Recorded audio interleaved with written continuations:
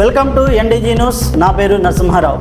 నందిగమ రైతుపేట తేదేపా ఆఫీసులో బీసీలకు 34% రిజర్వేషన్లపై హర్షం వ్యక్తం చేస్తూ CM Chandrababu, deputy CM Pawan Kalyan, ప్రధాని మోదీ చిత్రపటాలకు పాలాభిషేకం నిర్వహించారు. ఎన్టీఆర్ కాలం నుండి చంద్రబాబు వరకు తేదేపా బీసీల అభ్యున్నతికి, రాజకీయ ప్రాతినిధ్యానికి పెద్దపీట వేస్తుందని నేతలు తెలిపారు. వైసీపీ హయాంలో బీసీలను ఓటు బ్యాంకుగా వాడుకోగా కూటమి ప్రభుత్వం ఇచ్చిన హామీలను నిలబెట్టుకుంటూ బీసీలకు అండగా నిలుస్తుందని పేర్కొన్నారు. అసెంబ్లీలో మన ఎన్డీఏ కూటమి నుంచి తెలుగుదేశం పార్టీ ప్రవేశపెట్టిన బీసీలకి రూరల్లో 34%, అలాగే అర్బన్లో 33.1%. అన్న నందమూరి తారక రామారావు గారు ఆ రోజు తెలుగుదేశం పార్టీ స్థాపించింది బడుగు బలహీన వర్గాల ఆశాజ్యోతి కోసం. ఆ రోజు అందరి పాటుపడాలని ఎంతో సదుద్దేశంతో బీసీలకు రిజర్వేషన్ కల్పించడం జరిగింది. దాన్ని దృష్టిలో ఉంచుకొని అందరూ కూడా రాజ్యాధికారం అనుభవిస్తున్నారు. ఏ పార్టీలో అయితే బీసీలకి, ఎస్సీ ఎస్టీలకి ఎక్కడైతే రాజ్యాధికారం దక్కుతుందో ఆ పార్టీ ఎప్పుడు కూడా చిరకాలం వర్ధిల్లుతుందనేది మేము తెలియజేస్తూ, అలాగే తెలుగుదేశం పార్టీ ఎప్పుడూ కూడా బీసీలు వెన్నుముగ్గా ఉండి పార్టీని అగ్రపదం నిలిపించడానికి మన రాష్ట్రంలో ఉన్న బీసీ సోదరులు కూడా కృషి చేస్తున్నారు.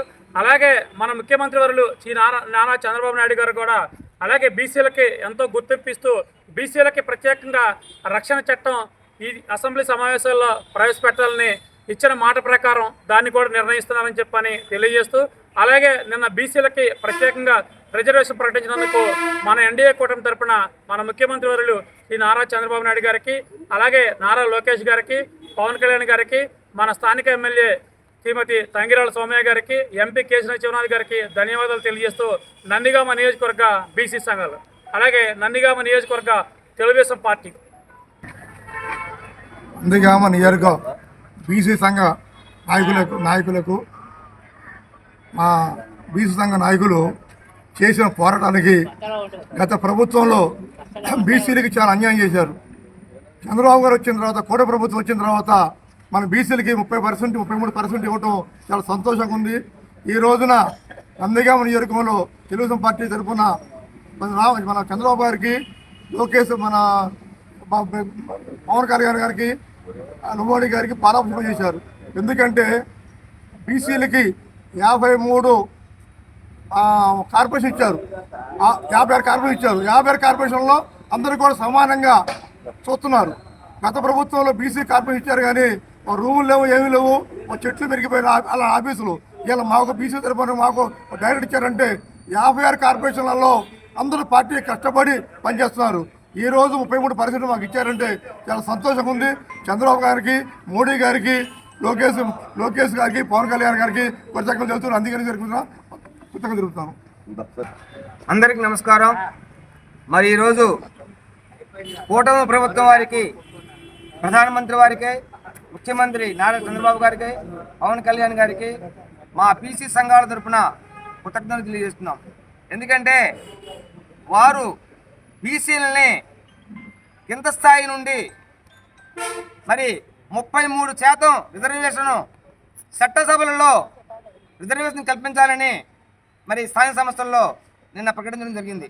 వారందరికీ బీసీల తరఫున మేమంతా కృతజ్ఞతలు తెలియజేస్తున్నాం.